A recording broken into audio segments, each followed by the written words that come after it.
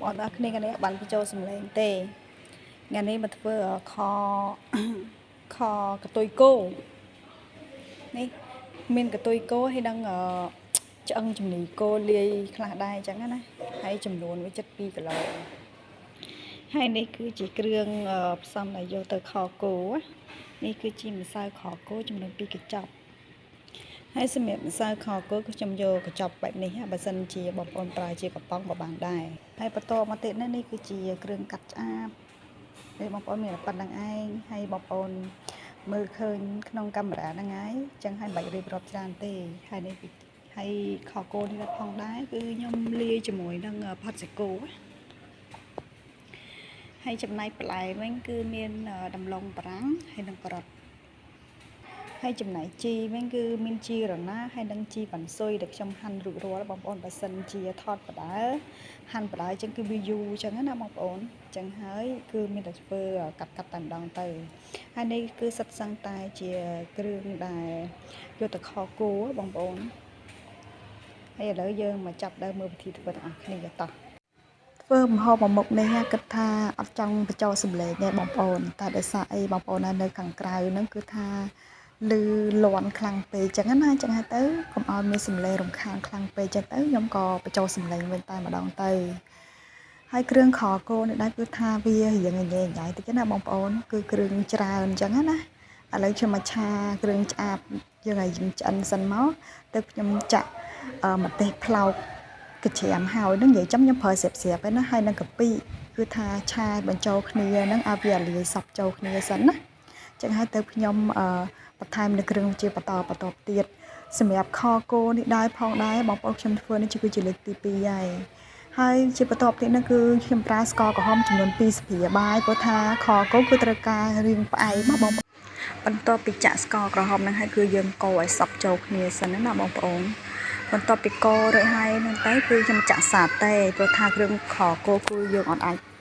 ចោលគ្រឿងសាតេបានទេបងប្អូនសាតេគឺខ្ញុំប្រើ1ស្ព្រាកន្លះហើយនេះគឺជាទឹកប្រេងខ្យងខ្ញុំប្រើប្រហែលជា2ស្លាបព្រាបាយបន្តមកទៀតគឺកូរទៀតនិយាយចំទៅវីដេអូនេះគឺកូររហូតបងប្អូនហើយបើមិនកូរទេគឺគ្រឿងប្រកបតែគឺ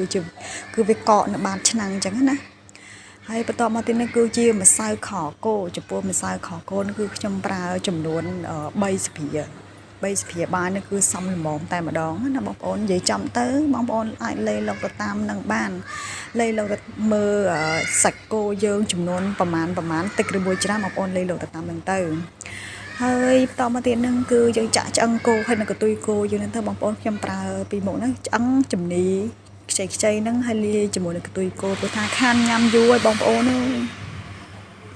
បន្ទាប់ពីចាក់ឆ្អឹងគោឬរាល់ហើយគឺយើងគ្របវាមួយសន្ទុះសិនណាបងប្អូនគ្របទុកប្រហែលជា4-5នាទីទៅដើម្បីឲ្យវាកាត់ជាតិឆ្អាបចេញណាព្រោះថាពេលដែលយើងទុកហ្នឹងគឺវាចេញជាតិទឹកឆ្អាបហ្នឹងមកអស់ហើយបងប្អូននិយាយចំទៅចំពោះខគោប្រមុខនេះគឺខ្ញុំខានធ្វើញ៉ាំយូរហើយបងប្អូនហើយវីដេអូនេះហ្នឹងតម្រាំតែធ្វើហើយតម្រាំតែបានកាត់ណាបងប្អូនគឺថា